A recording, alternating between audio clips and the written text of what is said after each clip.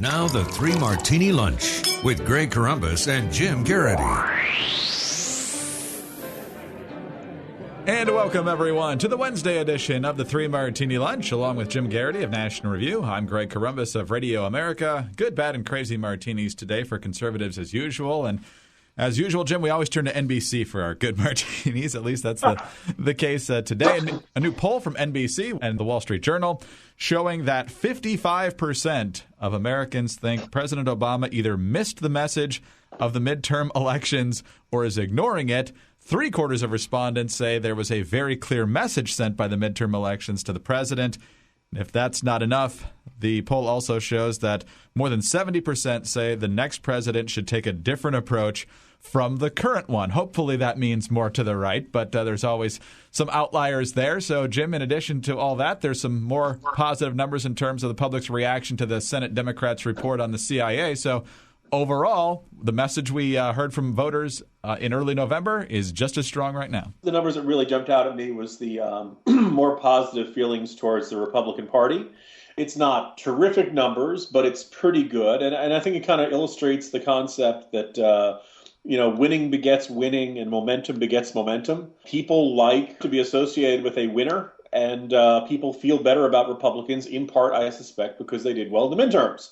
Numbers for the Democrats are down pretty considerably. I think the overall theme of this poll, and you can say, look, you shouldn't read too much into this poll. Obviously, it's going to be about 2 years before Americans go back to the ballot box. But it's an ominous outlook for the Obama administration because the American people think he's not listening.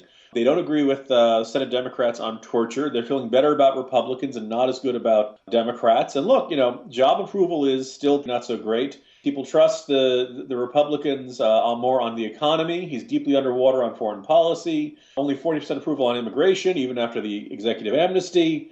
These are pretty lousy numbers for the president and much better numbers for Republicans. And that's a pretty easy call as a good martini today. All right, on to the bad martini for today. And it comes courtesy actually of Glenn Kessler from the Washington Post. He was on MSNBC's Morning Joe today, and they asked him what the lie of the year was. He says, we really don't have a lie of the year, but the one with the most significance is the fact that President Obama not only referred to ISIS as a JV team at the beginning of this year in January, but then once ISIS, of course, exploded throughout Syria and into much of Iraq in the summertime, he then tried to say he wasn't referring to ISIS when he made the JV comment earlier in the year. And Kessler says when you look at the transcript of the interview with the New Yorker, it's pretty obvious that's exactly what he meant. And so 2 years in a row, the president's got the lie of the year, and both of them, Jim, extraordinarily damaging. When Time magazine named the Ebola doctors as the person of the year, it's a fine choice. If you want to go by the traditional standard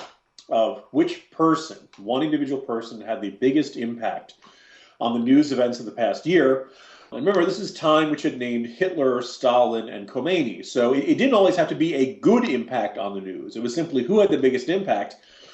Greg, don't you think al-Baghdadi has a pretty strong case to be made that no other person influenced world events as much as he did? Got to be in the discussion. And when you start out January as the JV team, and by the end of the year, you're the all-pro of terrorism, you've bumped off al-Qaeda as the number one. Look, that's a fantastic year for al-Baghdadi. Bad news for everybody else. He's a horrible human being. We like to see him dead. But other than that, so it's kind of intriguing to see that. And Obama's, there was an argument that the lie of the year for PolitiFact was this, people are overhyping the Ebola threat and stuff like that.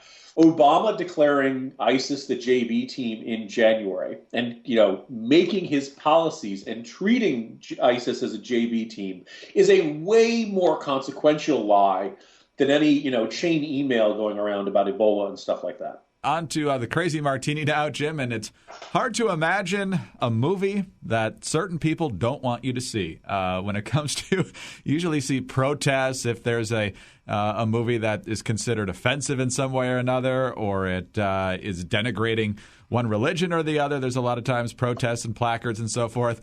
But none of those groups, at least as far as we know, have resorted to hacking the filmmaker like the North Koreans have. Not only have they obviously gobbled up all their sensitive information, payroll, so now we know that male stars from Sony made a whole lot more than female stars. We've got emails suggesting that a lot of people high up in Sony don't like some of their stars, including Angelina Jolie. There's racist suggestions from some executives. What movies would the president like to see? And they all have like slavery and African-American type themes. And that was obviously horrible for the people at Sony, but most of us didn't feel anything all that personal connected to it. Now you've got these people saying there's going to be theaters attacked when this opens on Christmas Day. So this has potentially gone to a much more serious level, if in fact they're doing more than bluffing here. But this whole episode has been crazy. That's a perfect definition for it. Those of us who don't work in Hollywood could kind of chuckle about this and say, and kind of, although there's a part of it that would say, look, if you don't want to see movies about Durkistan, or fictional bad guy countries, and you like seeing a movie depicting North Korea as the monstrous regime that it is, then you like seeing, a film like The Interview, even if it is kind of a silly stoner comedy, and these guys, two bumbling fools are sent to assassinate Kim Jong-un. So, North Korea throwing a public tantrum about it is somewhat funny. The idea that they're hacking studios in retaliation for making a movie they don't like, that's getting into a sketchier area. And now these hackers are allegedly claiming there's going to be terrorism on Christmas Day at movie theaters that show this movie. This is like one step removed from the Muhammad cartoons of a couple of years ago. They threaten bookstores. It's a bit like the Satanic Verses by Salman Rushdie. This is an effort at censorship, and this is this is an attempt to use threats of terrorism, and God forbid, but perhaps even actual terrorism, as a way of restricting what kind of movies can be made. And I'm not, it's like I'm madly in love with Seth Rogen and the other guy, but they have the right to make any movie they want, and I think I salute them for making a movie that tells hard truths about terrible regimes like North Korea's.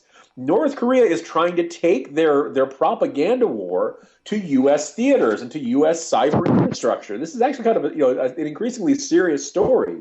Now, we'll see what happens on Christmas. Hopefully nothing happens. We know from the Detroit underwear bomber that it's not unthinkable for terrorist attacks to be attempted around Christmas time. And, oh, by the way, certainly the news has been awful enough in the past couple of days between Pakistan and Australia. So, this is kind of a crazy story and a somewhat funny story, but it may be on the verge of taking a very unfunny turn in the coming days. Yeah, and if it does go that far, it turns out the plot line might not be all that fictitious, but We'll find out. Jim, we'll have to stop there. Pick it up tomorrow. Talk to you then. See you tomorrow, Greg. Jim Geraghty of National Review. I'm Greg Corombos of Radio America. Thanks for being with us today, and join us on Thursday for the next 3 Martini Lunch.